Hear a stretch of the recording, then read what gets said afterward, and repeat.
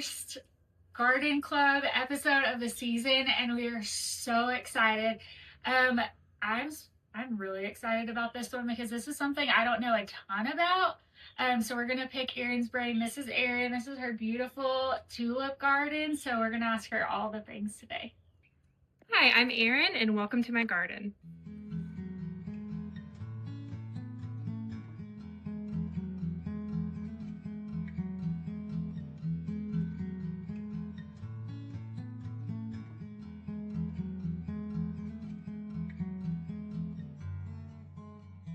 Erin, tell us why tulips? Well, my mom always did tulips growing up, so I always helped her plant and do that. And then my mom always said that Amarillo has the prettiest falls, but the worst springs. Yeah. And so I feel like tulips just help me feel like I can breathe again after the winter and get me like just a little bit of beauty when the weather is wild and so barren. When the wind is going crazy. Yes. Cold or hot. Yes. You don't know. Freezing or 100. And so this summer, might as well be. This spring has felt a lot like summer. So it's been so hot, and they seem to be doing fine. Yes. Okay, so that doesn't, like, the hot temperatures don't really affect them too much? It'll affect like when they come up. Okay. Really what gets them the most is the wind. Okay. And so if we do have an early hot spell and they do come up a little bit sooner, then we might not get to enjoy them as long if we have another freeze or if the wind gets them. It gets them. Okay. So we're out at River Falls. If you know anything about River Falls, it is maximum exposure to all the elements. Sun, wind, anything. Deer. Yes. Deer, aoudad, sheep. Okay. Porcupines. As I just learned today. Yes. I mean everything. Pigs. Okay. Yes. And we have a lot of plant predators out here. Okay. And the way you're able to do this, obviously you can see she's got an enclosed area, and this is protected. It's pretty protected most of the day. In summer, we'll get full sun halfway through the day, but the rest of the day is pretty shady. At least in the morning. Okay, let's kind of walk through here and look at what you got. It's so beautiful. So I like to mass plant, bulk plant. In these beds, I usually do a single color. Okay. And then in my windy bed is usually where I mix. Okay. And my kids always have an opinion on what colors they want or how they want me to plant. So we switch it up every year. They help. Yeah. Okay. Do they help you actually plant? Oh yes. So it's so easy to plant tulips that kids can do it. Yes, it is. Fun fit. It is. Okay, so when you're planting tulip bulbs, when do you plant? So I usually shoot for November. Okay. But my parents always said ending time between Halloween or New Year's, you're pretty good. You want the soil temperature to be a little bit cooler before you plant, so it gets to be a little cooler. Yeah, we usually tell people Thanksgiving. Yes. Yeah. So I usually shoot for the week before Thanksgiving just because our life is so busy. Yeah. Thanksgiving through Christmas. So it's usually my goal is to get them in right before Thanksgiving. Okay. What you said about mass planting is important. I think that applies to all landscaping. Yes. Not just raised beds, not just tulips that are so beautiful, but I think we see at the greenhouse a lot of people will buy 6 of something and they'll plant here, instead of just doing all 6 together, which would be better. Yes. So I agree. It's a good. Just doesn't look as sparse. That's right. Yes, that's a good thing. Tell us what you do to prep the soil. What are you doing to it? At the start and throughout the year, if you do anything. Yeah. So really, we're kind of turning over our soil twice a year. So when the tulips are done, I actually pull out my tulips. Right. I keep all my bulbs that come back every year in the corners of this bed, so I don't touch those. Right. But where the tulips are, I pull those out. We turn over the soil, and then we'll plant our vegetables for our vegetable garden. So vegetables after the tulips. After the tulips, yeah. And which that keeps me from planting my vegetables too early. Okay. Because I always get the urge. It forces me to wait until about Mother's Day to do the vegetables. Yes. So I'll turn over the soil, we'll plant our vegetables, and then in the fall, I take the tulips back out, we turn it over again, and then we'll plant bulbs. How long does it take to take out all of these bulbs? Well, with teenage boys, Okay. it That helps. It goes a little faster. So it'll take a couple of hours with 5 of us working Good job. to get them out, and then another few hours to get them back in. We usually break that up over 2 weekends. So are you just, when you turn the soil, do you add anything new, or is it? So we haven't yet, but this year I noticed that they're a little bit more dull than the Okay. previous years. So I think in the fall I'll add in some bone meal for y'all's recommendation, or phosphorus, or Yes. something with Yes. phosphorus in it. Yes. I think bone meal is phosphorus, calcium in my case. Okay. So that should Okay. strengthen color. It says bigger blooms. Okay. Yeah, definitely try that.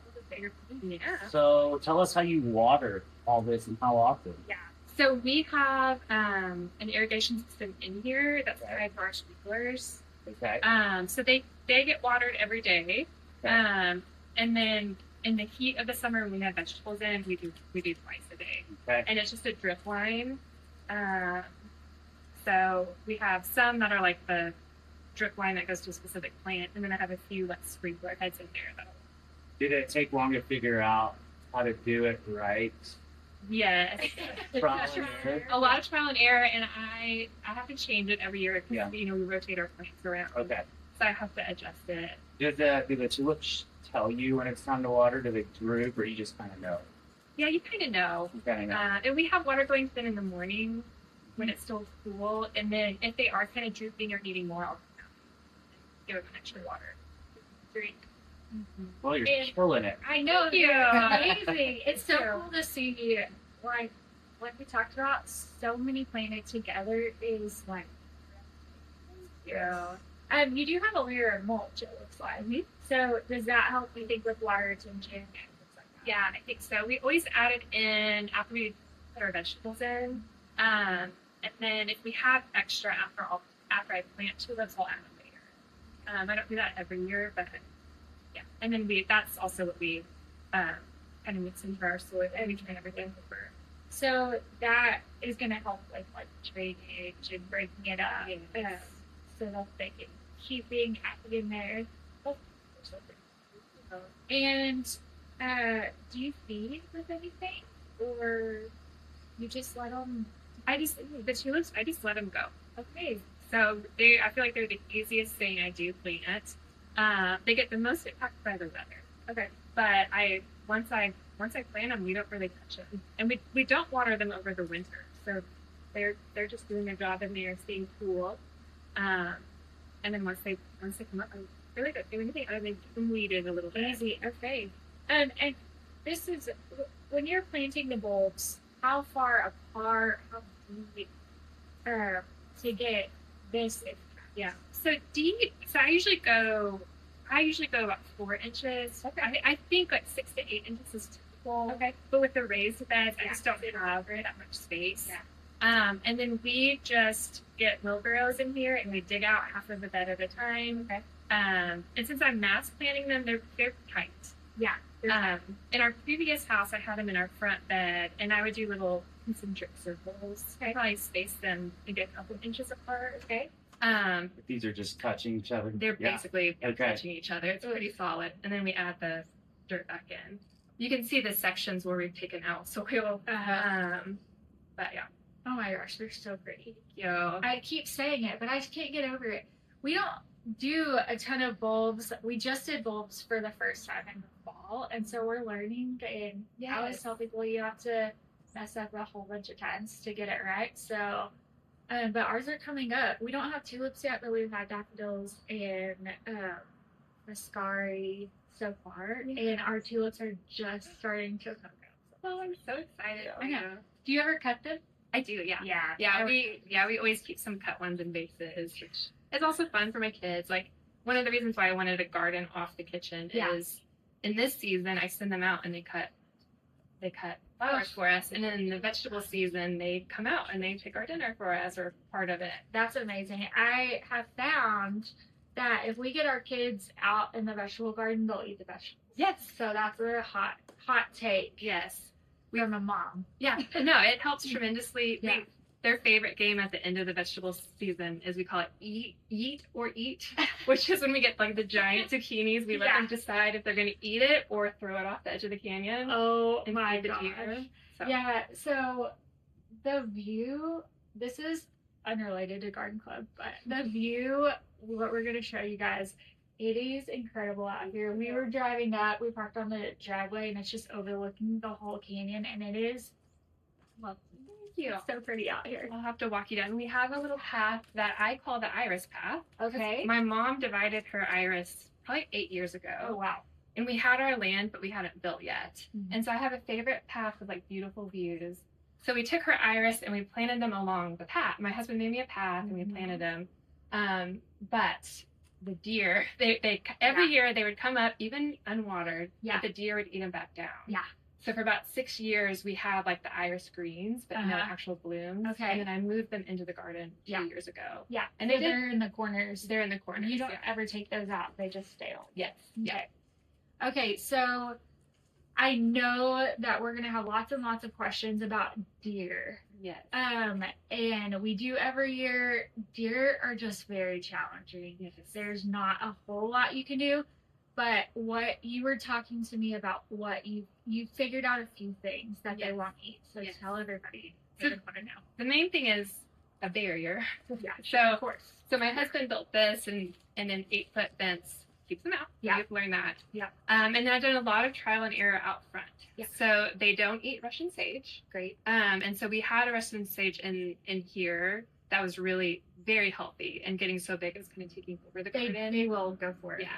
Yeah. So we moved it out front this year. Our neighbors have had a lot of success with rosemary. Okay. I think we're going to try that this year. We've heard that a lot. And then the one flower that works for us is white finca. Yes. So I have heard this before, and you said it's just the white. They eat the pink. They'll eat the pink. Okay. Yes. Okay. And I don't know. But there's white, and then there's white with like a little pink dot in the middle. It's just white. I haven't tried the white with pink dot. I'll try that this year and get back to you. Yeah. But they'll eat everything else around it, even things that are supposed to be deer resistant for us out here. Okay. But and they then you said you were going to try lavender, maybe? Yes, I think I might try. We've heard that lavender is successful. I think you have to pick the right lavender, so that might be a thing. But yeah. Okay, well, good tips for deer.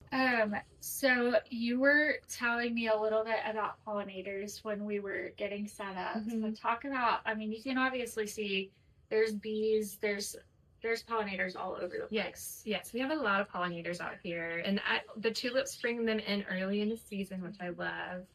I've always, in our vegetable garden, I've always mixed flowers and vegetables. Yeah. Last year, we had pollinators, but we had so many that it wasn't very enjoyable to be out here. Okay. So this year, I moved the Russian sage out. That's a bee magnet. It is. Yeah. That's probably fun. And we had wasps. That was the extra little bit this year. Yeah, and then I'm going to move my sunflowers and some of my cut flowers out. Okay. My husband's building a pumpkin patch, so we're going to do a layer of sunflowers out there. That's so cool. And move them still close, so the pollinators will still be close, but they're not in our garden with us. Next to your table. Yes, next to our table. Eating dinner at. Yes. So, like, you have different varieties. You can see. I love this. I don't know. I would say this is like a double bloom. Is that what it is? World, it's called double bloom? Yes. Okay. It's so cool. Thank you. Yeah, I love, like I was saying, I like the look of them mass planted all the same, but I also love the variety. The color is so cool. And we just mix it up every year and do something a little bit different. We just planted tulips in the fall, and I haven't gotten to see them be spent or done. So what do you do when they're done? So I pull out my tulips because that's what works well for us here. Yeah. But for my daffodils and my irises, I wait for the leaves to turn brown. Okay. From what I've heard is the bulb needs the nutrients to kind of go back down into it. Okay. So if you cut the greenery off too soon, it's not going to get the nutrients absorbed back into it. That's a great tip. So then whenever it's brown is when I'll clip it or pull those leaves off. Okay, and you just cut it to the ground? You just cut them all the way back to the ground? The daffodil leaves, they'll just pull out as Okay. they turn brown. And really kind of with the irises as well. Okay. But if not, or if they're getting kind of too out of control, I'll clip them. Okay, so to me, you're a tulip professional. It looks like it. So tell us about. We always like to pick people's brains of things that have not worked so well. There's lots that have not worked. Okay. So last year, my kids really wanted a rainbow. Yeah. And so I bought tulips or bulbs in every color. Yeah. And so we went from red to orange, my yellow, gosh. green, blue, purple, which was a wonderful idea. Yeah. But they didn't come up at the same time. Okay. And so then it looked kind of sparse throughout the Mhm. whole season of just like having Yeah. a color at a time. Okay. Yeah. And then for me, I know people have planted tulips as perennials. Uh-huh. I cannot get them to come back as perennials. I've Okay. tried. There's one year where I didn't replant any and I left them in, Mhm. and I only got about 10% back, maybe. Okay. And do you think that that's because they're in raised beds instead of the ground? Maybe. It could be. Okay. What I've heard is they need a really prolonged, cool, consistent cool period. Okay. That's why they do so well in like the Netherlands or cooler regions. Yeah. So I could see how with their raised beds, they're just not getting a consistent freeze or cool temperature throughout the winter. Okay. You would think that they would be cooler. Yeah. In a raised bed. That's interesting. Yeah, maybe it's just the inconsistency. Yeah. Could be. A pretty good run. Well, maybe. My attitude, though, with all hobbies is that I'm not going to stress over a hobby. I have too many things to stress out about. That's very wise. And so, like the year where we did see if they would come back was the year I was really busy in the fall. And so I didn't stress myself with planting them. And when they fail, and I'm not going to get upset about it. We're just going to enjoy what we can have in the spring. Yeah, that's very wise, especially for the Texas Panhandle when gardening. It's not easily controlled. Yes, there's always weather or new pests or. So tell us about any bad bugs. Have you had any experience with thrips or I anything? think this is the first year I've noticed thrips. I think is what they are. Y'all might look closely and tell me if that's what you see. I saw a few, but Okay. not bad. Okay. And so I just sprayed. Then I think that helped a little bit. And before I bring them in to the house, I'll spray them and then rinse them a little bit. But I also feel like I have so many that a few thrips aren't really impacting them. Yeah. I'm sure you also just naturally have a lot of beneficials out here too. It's kind of shocking how, like, if you're not spraying constantly, it's better, and your ecosystem will be, functioning really well. So I bet that's what's happening. Obviously, the pollinators are really happy, so that will help. But yeah, thrips are kind of inevitable in our area. They just blow in. I don't know. Yes. Yeah, but that's good that you haven't had any issues. Yeah, we have it. We keep rabbits, and we actually have pack rats here. Oh gosh. You're doing so many things. And kangaroo rats, which they're just like little mice, but they're kind of cute. So we just keep them out because I think they'll kind of try to get at the bulbs a little bit or dig up the bulbs. Yeah. But other than that, they're pretty self-sustaining. They do their job well. You have a beautiful space. Thank you for letting us come view it and film it and talk to you. It was wonderful. Thank you. Of course. Thank you guys for coming. Yeah, and thanks for answering all of our fun bulb questions. Yes. I have lots. If anybody has any gardens that their friends' gardens, your own garden, we would love to come and visit. So you can email us photos at orders@Pete's Greenhouse, and we'll get in touch with you. We can't wait to look at all the gardens this year.